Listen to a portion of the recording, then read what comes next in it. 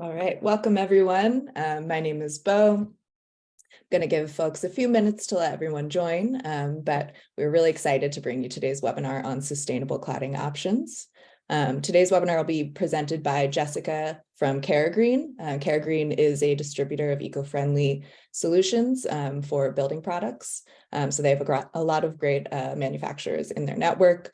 Kelly Bartz from ArborWood is also here with us. ArborWood manufactures wood products that are sustainable cladding wood. We also are going to be hearing about Paperstone and Lapitec. So we've got a really great array of recycled wood products, recycled paper, and also sustainable stone. So we're going to really kind of cover some interesting product categories here. And my name is Bo. For those of you who have not joined us for an Acelab webinar before, welcome. I'm really excited to have everyone here today. I'm going to give a quick rundown of Acelab. We're today's host for this webinar. I'll show you what Acelab does, how to get in touch with manufacturers and do some cladding searches on our platform. And then we will get started with today's presentation. So Acelab is a platform for architects and builders with free non-sponsored product research. Here's a quick snapshot of our team. So we were started by architects for architects, and we all really came to this venture with the goal to solve some of the workflow problems that we were experiencing ourselves. So the ability to get in touch with reps easily, to find the product data that you're looking for, and have everything saved and organized in a system that works for you. So with that, I will jump over quickly to our live site, sign into my account. And today I'm just going to run us through a quick cladding search. All of our searchable categories are up here at the top. Since today's about cladding, I figure we'll just run through this. And then I'm not going to show all of our organizational tools and stuff today, but I will share a link in the chat to a new platform demo that we have just released. So if anyone's interested in learning more, you can check out that video on your own time. But just to quickly run through a product advisor. This is a really visual guided search tool. So you just enter a few project requirements as well as your product requirements. I also like to mention, as you go through this process, you can hover over any question marks, get some more information about how those filters might affect variables like cost and performance. You can also skip questions if you're just looking for a more kind of general research and you want to see an array of all the products that we have available. So I'm going to go ahead and do that. You can also choose your installation methods, as well as any special requirements. So if you're looking for EPD data, fire resistant, impact rated, all of that stuff, you can select those requirements here as well. And then over on our search results page, so here you can change up any of your filters. You don't have to go through that process again. You can scroll down and see these either in a list view, which will give you more information about manufacturers, or you can throw it into a grid view and just kind of get an overview of all of the products that are available. Some other things you can do here is save this search. So you can give your search a name and save that either to a project or without one. So that is really all I'll show you on Acelab for today. But if anyone has questions about how to use Acelab for your product research or get your library and your project portal set up, feel free to reach out to me, schedule a personal demo after this call. All right. And with that, Kelly and Jessica, if y'all are feeling ready, you can go ahead and share your screen and get started with today's presentation. Oh, actually, one more thing before I mention, I just want to encourage everyone, if you have questions throughout the presentation, please go ahead and submit them into the Q&A.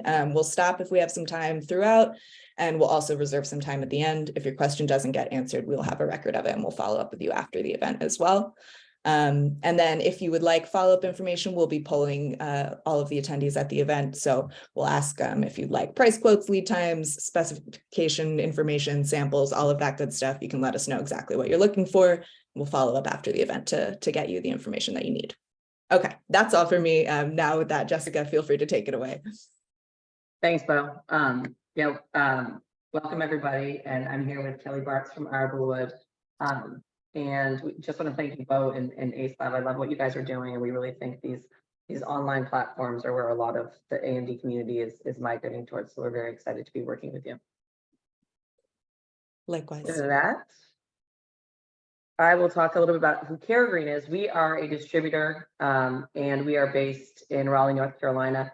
we focus on products that have a good sustainability story. So small to mid-sized brands looking for a path to market. We have a dedicated team that helps roll out those products across the country. We warehouse them, we sell them, we market them, and we really focus on educating the industry as a whole across the board in all product categories, not just the ones that we represent.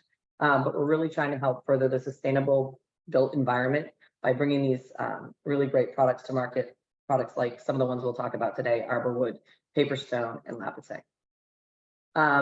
All the products that we carry, that we choose to bring on, they must have a sustainability story.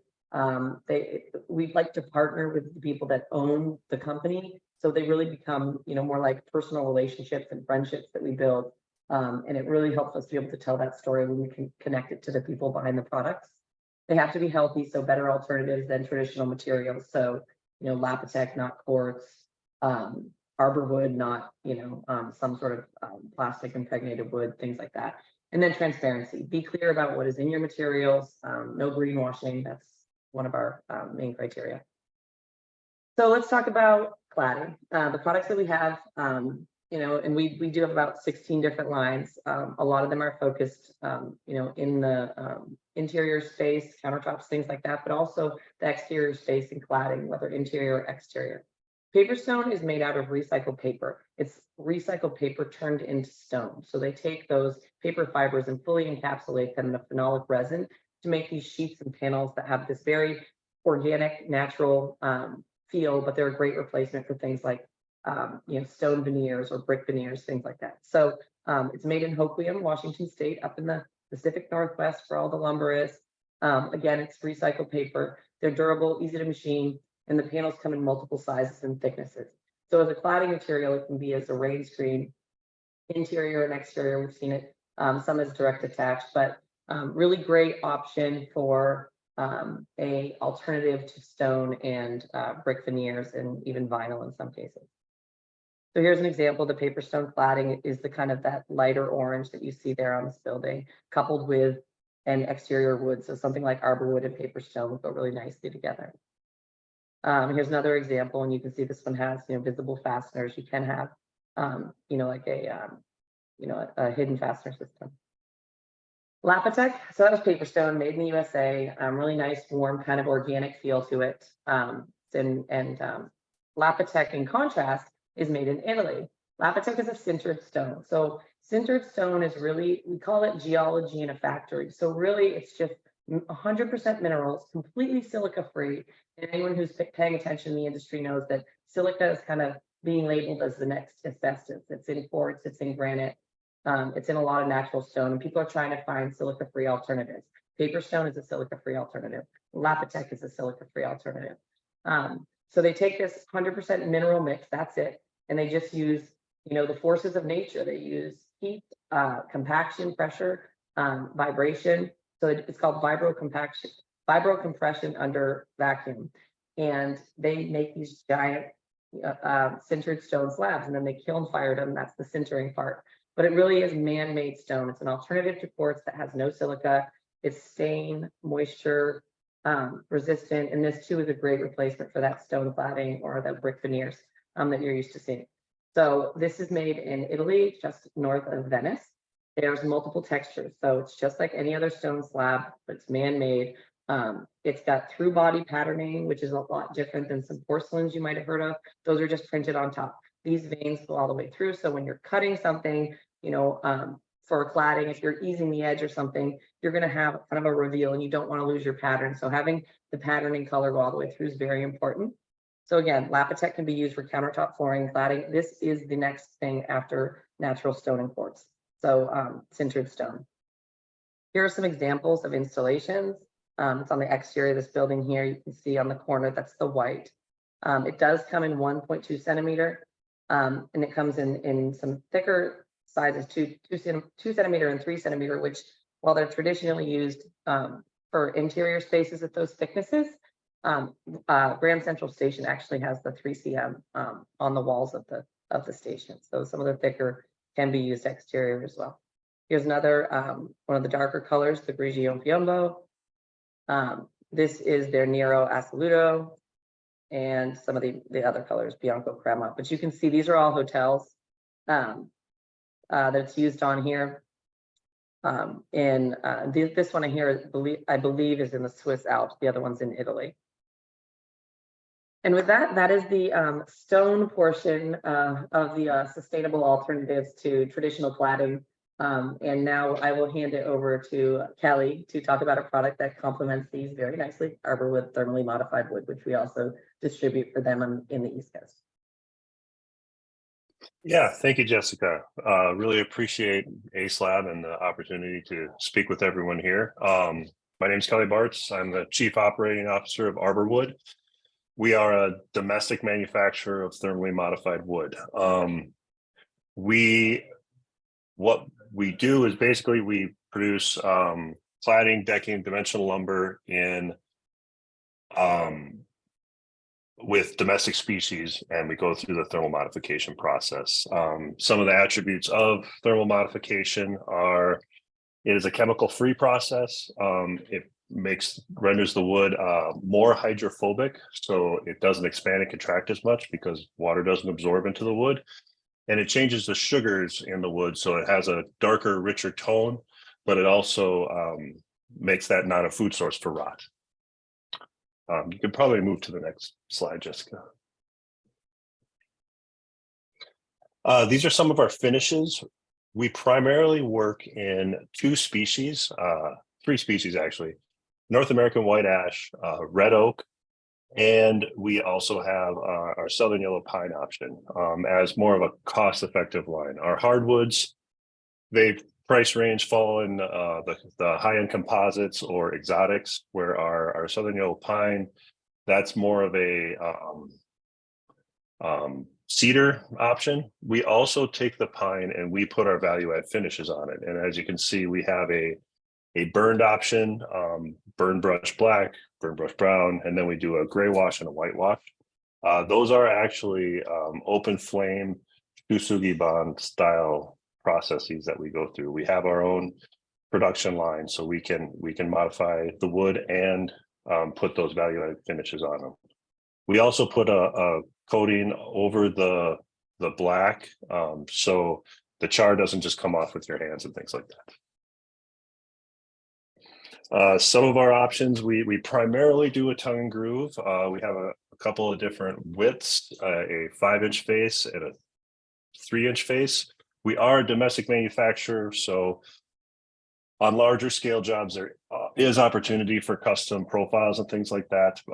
But primarily we stick with our line. We do have an option for a hidden fastener as well. I should mention, even with our tongue and groove, we recommend a rain screen installation. So furring strips with an airspace behind the tongue and groove. Our hidden fastener profile actually comes with a clip that has a 3/4 inch standoff. So that has the furring built into it. So yeah, back to the process a little bit. So we are taking kiln dried wood that you typically would either move to a pressure treating solution for exterior, or it's a cedar or a teak or something like that. We're taking wood that is still kiln dried and then adding this secondary high heat process to it. The average of kiln dried wood is usually for hardwoods, it's usually between 8 and 12%. Softwoods get a little higher, maybe up to 18%. Our criteria is we require a 12% moisture content reading before going through this process to ensure the for lack of a better word, the recipe is consistent. So within these vessels, the wood is heated up, and we have a little graph going down that we'll talk about that later, but the wood is heated up, and then when it gets to a very dry point, the heat is spiked to even a higher temperature. And what we're doing with the concept of modification is we're actually changing the wood on a cellular level. So it's not like we're adding something to it and then that can be removed or leaches out, and then the wood is then susceptible to rot and things like that, such as pressure treating. We are permanently changing the wood on a cellular level. And what this does is it reduces the the opportunity for decay, as I mentioned before, and it changes the relationship with water. So water can pass through the wood, but it doesn't bond to the wood as much, which makes it more stable. This is a fairly new process just in the whole concept of modified wood. It was developed in Finland in the 90s by the VTT, which is a arm of the Finnish government that basically their charge is to put value add to their most abundant resource, which was wood. The first production facility was probably up and running in 2003 by Stora Enso. And since then, this product has grown significantly in Europe. Really, it's surpassed pressure treated wood in the European market. It's been established, it's been vetted. A lot of the manufacturers of the autoclaves or kilns in the US are European. And it feels like the US market is just starting to kind of grab onto this as a viable alternative for the other options for exterior wood. So a little specific on the process. You look at that image on the right, and that's kind of the heat track and time track of the wood in one of these systems. So that phase one is you're heating the wood up gradually. If you heated it up too fast, the moisture in the wood, one, could expand and turn to a gas and then create cracks and fissures in the wood, or two, it's going to give the wood end cracks and stuff because you're causing too much stress. So that gradual temperature increase is important.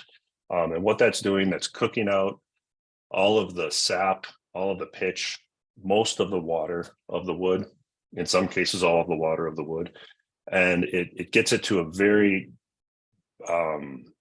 dry portion. If we were to take it out of the process at that time, the wood would be very brittle. It wouldn't have a lot of dimensional strength. The second phase is then that is the high heat process. So this is where the wood is chemically altered.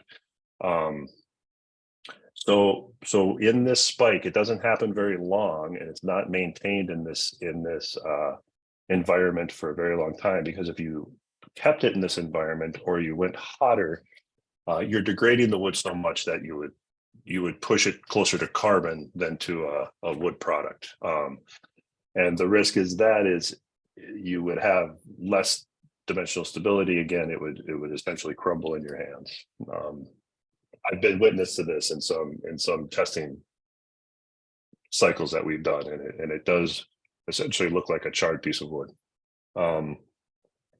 So when you spike the heat in this environment, you are beginning a degradation of the wood, but we're being very specific on how we do that. So we can make sure that we're taking the hemicellulose of the wood and breaking its bonds. So as it starts to degrade, except we're stopping it at a specific point to where less water comes to bond with the wood, but we still have a certain amount of dimensional stability, so it's not too brittle.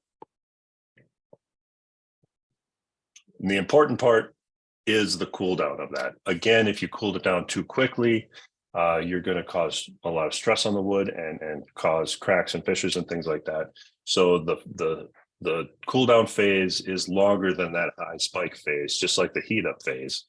And the environment is cooled just by turning the heat off, but also by introducing steam into the environment. And what this does is the wood is very dry at that high spiked portion. And if we broke all the hydroxyl groups up, it'd be brittle and water couldn't come back into it.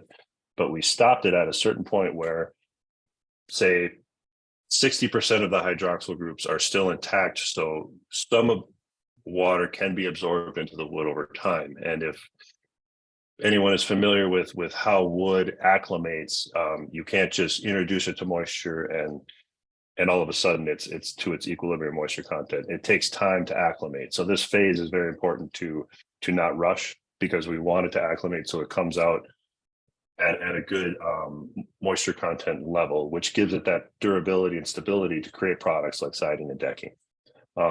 As it says on the slide, it usually comes out around the 4% range, something like that. And it's still not fully acclimated. Once it gets into an environment, we see the EMC, equilibrium moisture content, go up to about a 6 to 7% range, and then it stays there. Even if it's in a high humid environment like Raleigh, for instance, we're still going to see that 6 to 7% range of relative humidity. Some of the features of modified wood is, as I mentioned, the stability. Because the water can't absorb and bond and be bound by the wood, it doesn't expand and contract as much. We see very little lineal expansion contraction and very minimal kind of the opposite the grain expansion contraction. The food source has changed, so it is resistant to rot. It's effectively similar to the tannins in a cedar that repel fungal decay and things like that. This attribute does that. So it's not necessarily in-ground contact like cedar. You can't put posts into the ground. Modified wood is similar to that, but it does perform well, and it does not have rot issues as a use class 3 where it's above ground, not in contact with it. That darkening of the sugars also gives us a warmer tone. It also homogenizes the wood some. There is a range because it is a natural product, but darkening the sugars doesn't necessarily require us to buy kiln dried wood in a color spec because it homogenizes it some. And because of the lower moisture content, the wood in general is lighter for being hung on a building and things like that. Other attributes is the stability, as I mentioned. So it is a good base for painting, things like that. You're not going to have expansion contraction where that's gonna crack the paint over time. It does have some nuance with some of the products that you use, penetrating oils and adhesives. One reason is because the absorption factor, that's kind of the main issue. So because it doesn't absorb as much, the penetrating oils don't embed into the wood. There are some specific oils out there, Q-Tech being a brand that we use regularly, that is a bit more viscous than other penetrating oils. That works quite well. And adhesives as well, because adhesives are meant to absorb into the fibers of the wood, and that's what makes them strong. So there are specific adhesives that we would recommend over others because of that attribute. At the moment, we are working on AWPA guidelines. We are a member of the AWPA and go to their meetings regularly, and we are building our protocols for US codes to be an approved alternate as a non-chemical based product.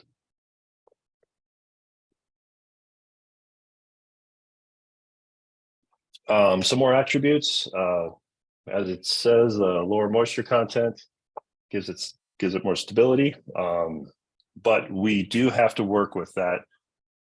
The drier the wood, the more brittle it is. So just driving screws directly into it, things like that, we don't recommend that because it would move closer to splitting the wood and things like that. So we try to work with all installations to recommend, to manage expectation and recommend the proper installation. The wood does have a darker aesthetic, but it is wood and is affected by UV. Another benefit can be seen from that too. A lot of people do like to leave our wood raw or put a penetrating oil on with no pigment. That will allow the wood to silver gracefully, and is an aesthetic that is sought after many times. You can also put a UV inhibitor into that product to maintain the brown tone.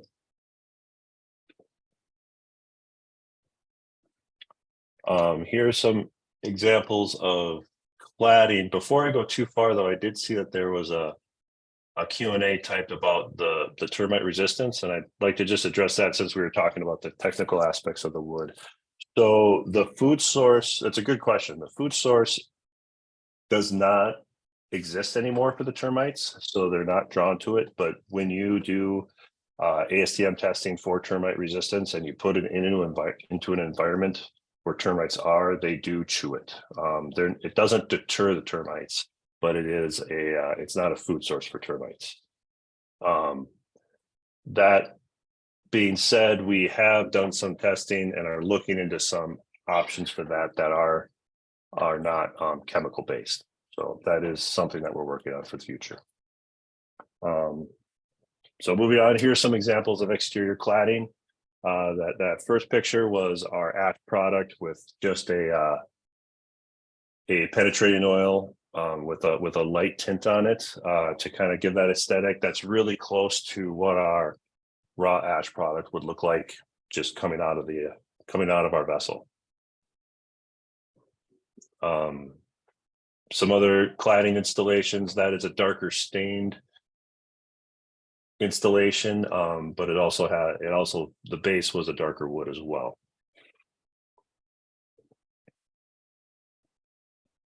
In this, you can kind of see that this installation has weathered for some time. It does have a finish on it, but you can see that the natural attributes of the wood give it dynamic and give it not such a monolithic look. It has that random natural tone with it, and that continues, to live throughout the life of the installation.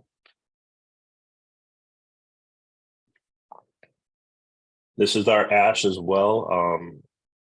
This is a installation where the tongue and groove was put up in a vertical style.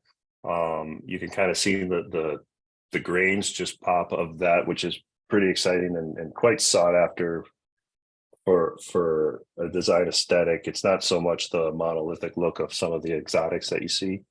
And that is with I believe it was gold tone Q-Tech is the product, which is a lighter, gives it that brighter brown look. Yeah, and this installation is in Minnesota, so it is open to extreme weather conditions. I should know, I live there, and so that product is meant to survive cold, hot sun, all of the above.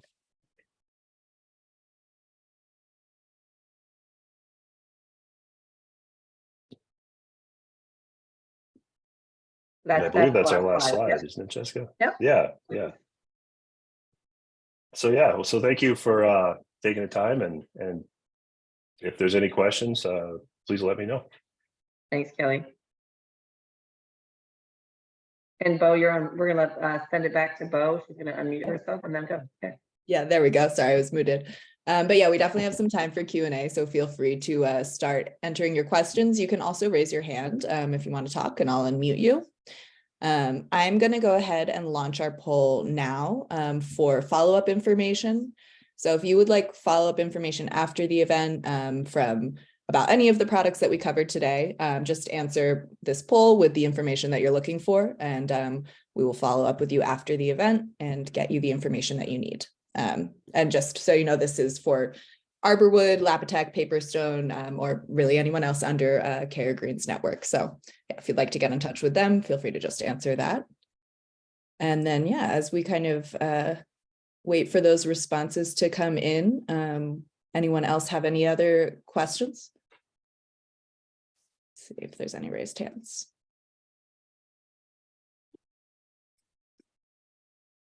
I have a question for you, Jessica, that's like semi-related but unrelated. It's just something that keeps coming up, so I figure while I've got some sustainable cladding experts here, I'll ask about it. I've noticed that more and more as I'm helping out architects who are doing research on their kind of like building envelope assemblies as a whole, that people are really looking to replace like, from cladding all the way through to the interior. And one of the questions I've been getting a lot are the various installations that can be used in wall cavities, and if there are any recommendations for like where to start on yeah, just like how to start replacing those systems. And if there are certain installations that are healthy alternatives that like work well with the cladding systems that you've brought up today, that might be great information to know. But yeah, any guidance about that would be very much appreciated. Yeah, when I think about insulation, I think about it like I think about gypsum, right? Like drywall, because it's so ubiquitous and there's such big facilities making so much volume of pink fiberglass insulation. The two best alternatives really are a cotton insulation. There's some hemp insulation. There's also sheep's wool. Mhm. There's also sheep's wool. Hang on a second here. Sheep's wool insulation. But the main thing is just the volume, the ability to scale it. So Yeah. a lot of people talk about rock wool insulation. That's actually slag from coal plants. So there's a lot of kind of research that still needs to be done there. I don't think there's a economically viable long-term solution for the pink insulation or Yeah, go to. yeah, the spray foam and the blow-in, the spray foam installations have issues too, open cell and closed cell. So I would still I would say that insulation is still a major issue that needs to be tackled, as is drywall and concrete too to some degree. But there are some kind of hemp solutions that could be a long-term viable solution, because you can scale that, because of the kind of reproducibility. So Right, cool. Okay, well, thank you for that. And let's see, we've got a few more questions coming in. So let's just go from the top. Kate asks, are there sustainable metal siding options? So there definitely are. Jessica, I don't know if you have any in your network, so feel free to.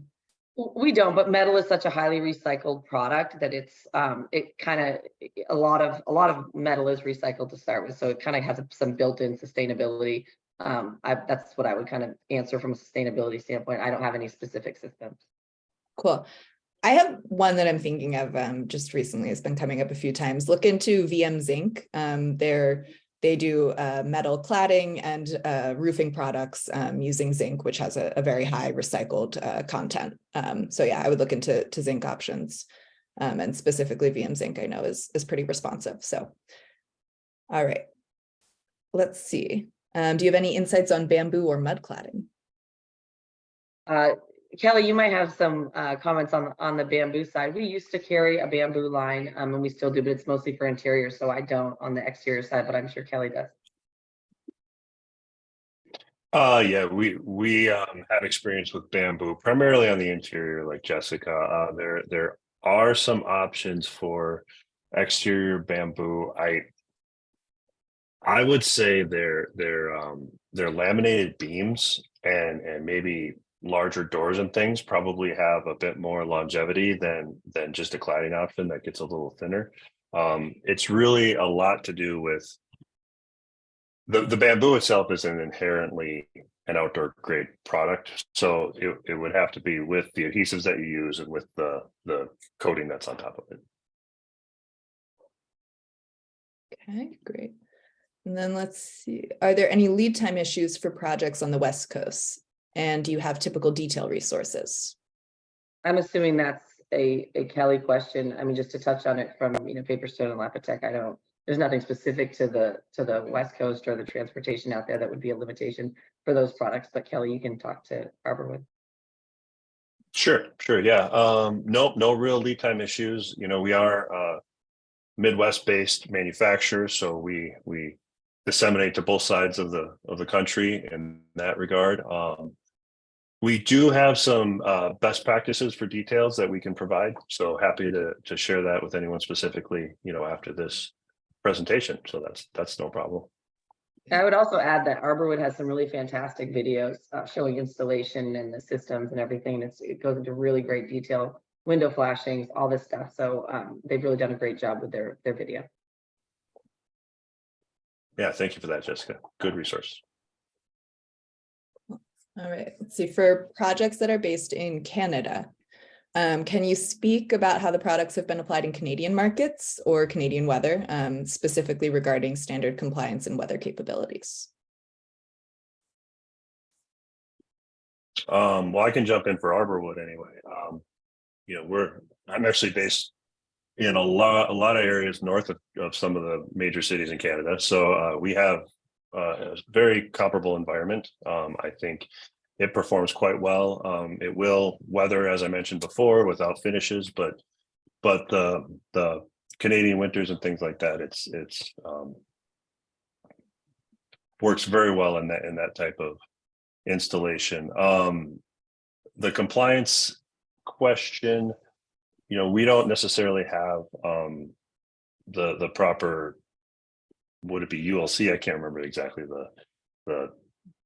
the testing criteria, but we have the US based versions right now. So we would, if some sort of compliance question would have to come up, it may be going through a comparable test or actually applying for that test, which you know, we could at least know the results because of the US standard. Mhm. I would have this largely the same answer, I think, for Paperstone and Lapitec. I know Lapitec, because of its composition, and it's not going to be subject to any sort of damage from the heat cold cycles up in Canada. Paperstone, I actually can't say I know the answer to that one. Kelly, you may be able to answer from the competitive standpoint if there's any thermal shock, or not that I'm aware of. Yeah. No. Yeah, we've had experience with phenolic panels being installed in Canada, mainly around the Toronto area, so not very north, but have had success in that. So we can't answer for the Yukon, but we got you covered, Toronto. Right. All right. Does ArborWood have a rot warranty? And if so, what is it? Yeah, we have a 20-year warranty that covers a myriad of things. A lot of it covers movement, deflection, things like that, and cracking, normal things that you would see in wood, and we have our answers for that.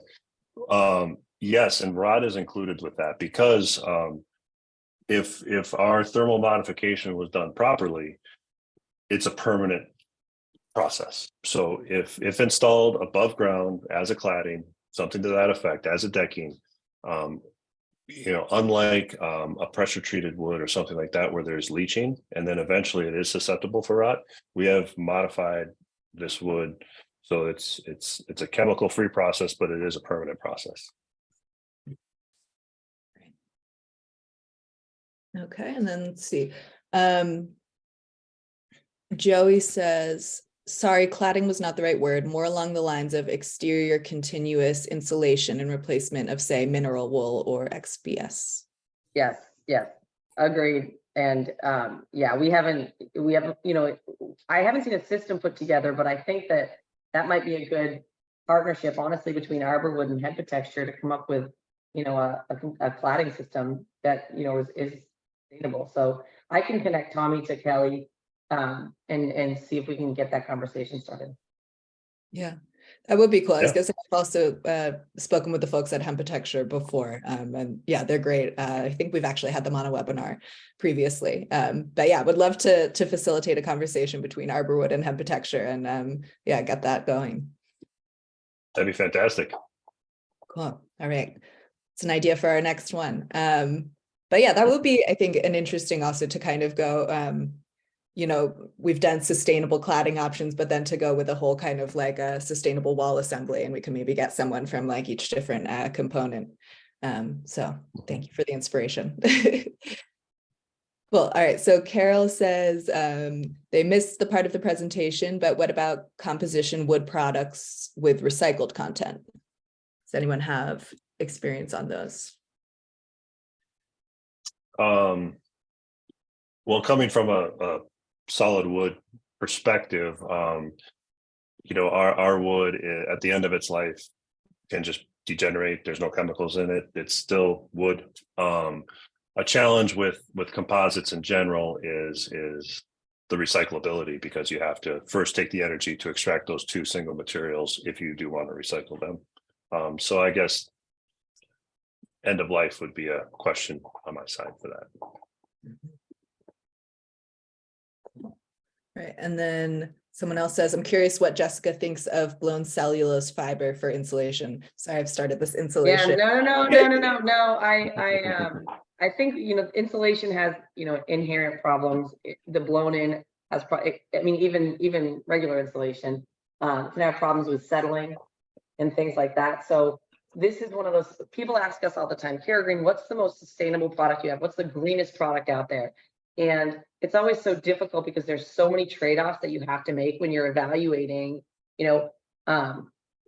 insulation. I mean, it's kind of almost like at a baseline you want formaldehyde free, there's trade-offs. You're going to have settling when you get blown in. You're going to have, better insulation when you have spray foam because you're encapsulating, but it's going to be a lot harder to change anything down the road. So there's always all these trade-offs. So I think that, some of the cellulose, depending on the source of the cellulose, can be more sustainable than others. So you kind of got to look at things like any declarations and transparency documents that some of these brands have to see what you're really getting, and don't just rely on certifications and tags that they may have on them. Really kind of get those transparency documents, and that's how you can make the best choice from a sustainability standpoint. But if performance and insulation quality is your goal, it may make more sense to use something that has another sustainability trade-off. Mm-hmm.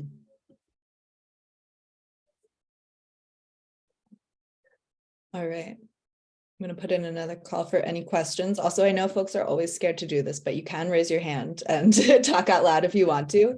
And if you have I think that's sometimes helpful for more like project specific questions. So if anyone has a project that they wanted to talk about, feel free to do that. We've got a bit of extra time, so we don't mind.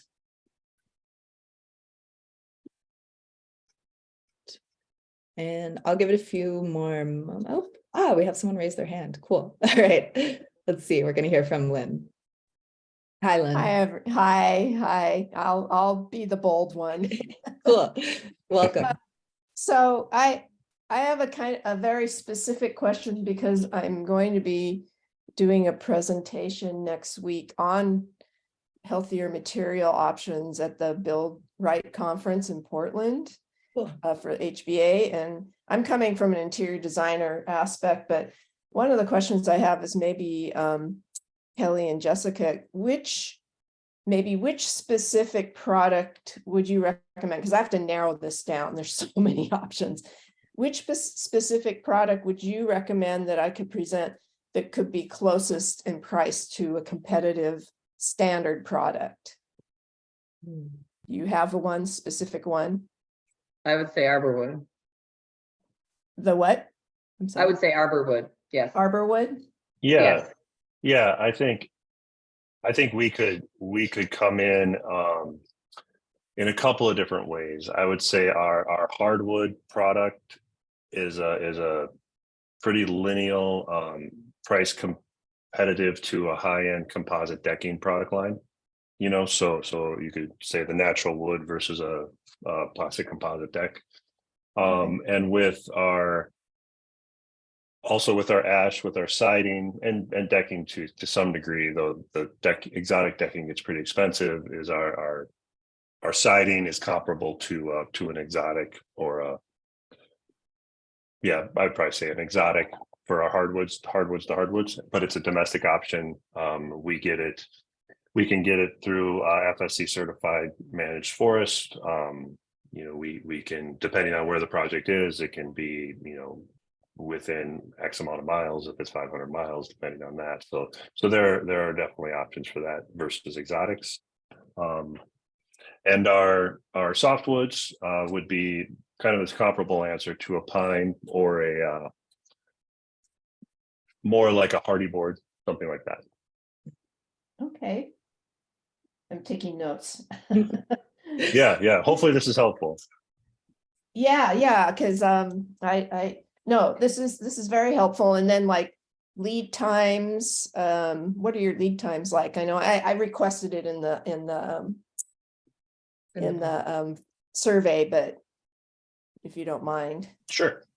Yeah, not at all. No, typically our lead times are generally 4 to 6 weeks. We are always attempting to have inventory on hand so we can be an on-time manufacturer. Fortunately, we're very busy, so we typically say about 4 to 6 weeks. The wood industry has a long process of sourcing wood, delivering it, and then we modify it and mill it. we've done as much as we can to control the modified and milling portion of it. And we buy in December for March, we buy in January for April, things like that. So we always have product in the system so that we can hit those lead times. Great. And can I ask one more question? Am I hogging the time? Of course. Do you either of you have distribution centers like I'm in the Pacific Northwest, so I'm in Portland. Do you have supplies out there? We do, yeah. We work with a couple different suppliers out there. In the Pacific Northwest specifically, we work with a company called Eden Saw. They're I would say a very well-versed wood supplier. They do exotics as well, but they also do live slab, things like that. We work with them. They're based in Port Townsend, Washington, I believe. We also are working with a company called BMD in Northern California, and they're going to service the California market, but we'll have supply. BN as in Nancy? BMD. Okay, thank you. M as in Maryland. Yeah. Okay, thank you. Thank you so much. Appreciate it. Well, thank you, Lynn. Anything else from you? Are you good to go for now? Oh, I could probably keep going, but no, I'm good to go for now. Okay, well, feel free to keep going if you'd like, but I'll just for a moment, let's see, we've got one more in the chat. So Eniela asks, does ArborWood provide trim pieces with similar treatments? Yes, we do. We didn't get into that, but that's a great question. We have, I guess the easy thing to say is dimensional lumber. So we have 1x material that would work with the cladding. We have 2x material that would work for railing caps, things like that, 2x6s, 1x6s, 1x4s, things like that. So yes, we do have trim options as well. All right, Lynn, I removed you, but I'm just chatting you now to let you know you can raise your hand if you want to talk again. And if anyone else has a quick question, would like to raise their hand or throw it in the chat, feel free to. Got about 10 minutes left.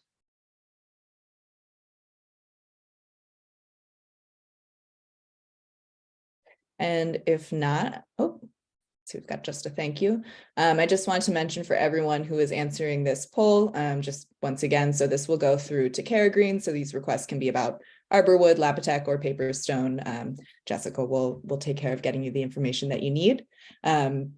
We will set up a request with you on your Acelab account. So right after this webinar, Jessica will know all of the people who are looking for information, and you'll get a notification. You can check back to your Acelab portal to check in on the status of that request. See, so Jerry, I see your question about Acelab. I'm going to go with this one for ArborWood first, but I will get to you just so you know. Does ArborWood require different cutting or finishing techniques because of brittle properties? Yeah, that's a great question. And no, it really doesn't. I would say simply finish blades if you're going to be cutting on site, which is a recommendation for any, quality lumber piece material. We manufacture with traditional milling lumber equipment, lineal lumber equipment, molders, optimizers, ripsaws, all that stuff is all comparable. So it's very, very approachable to work with.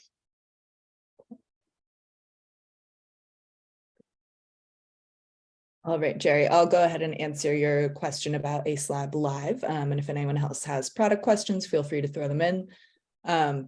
So how exhaustive is Acelab's library, or in other words, how do you filter down your selections? So Acelab's library is very exhaustive. Our goal is to show you all of the available products in the US for a product category. So I will just kind of quickly share my screen just in case some folks missed it at the beginning, and just walk you through one of our searches real quick. So as you can see at the top here, we'll have all of our product categories. We're definitely focused on like envelope and exterior products for now and expanding throughout the year.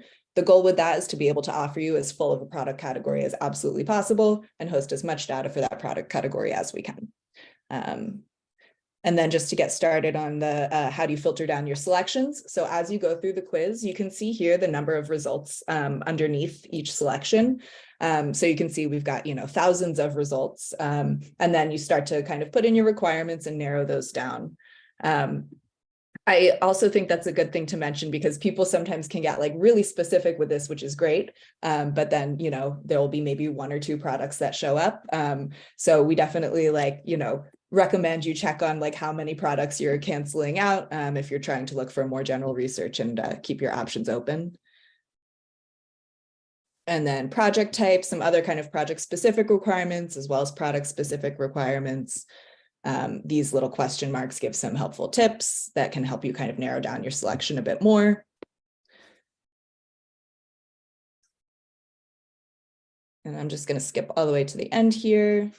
And then here are special requirements. So I think we had another question about this as well in terms of like somebody was looking for like wildlife specific requirements. So if you ever are wondering about something that you don't see here, feel free to let Acelab's team know. Our goal here is to, include as many as specific requirements as architects may have. But if you're looking for, I think that person asked about wildlife requirements. And what I said was, while we don't have a specific filter for that yet, there are other filters such as fire rating or bullet resistance, impact rating that can kind of help you narrow down a selection that would probably meet those requirements. So I'll just skip that and show you our results page real quick again. And then one thing I actually didn't mention in the beginning is to kind of narrow this down further. As you can see, we've still got quite a few products here and quite a few manufacturers. So to narrow things down even further, we have this handy compare tool. So you can add products to this comparison tool by clicking these little arrows on the left. And essentially that will give you an overview of all of the available product data that Acelab has. So once I click compare, I've got a comparison tool where I can see an overview of all of this product data, get in touch with reps right from this page to fill in any missing data.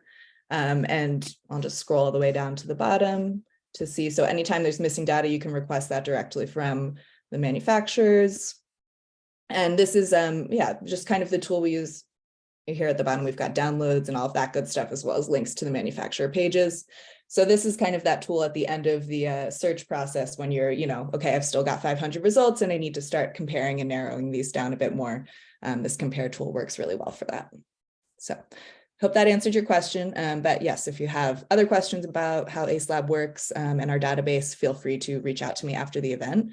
My email, I'll type it in the chat now, is just bo@acelab.com. So I will put that in the chat for everyone. And I believe I also shared a page to our tutorials page where you can watch some handy videos on like how to do your searches, set up your research, all of that good stuff.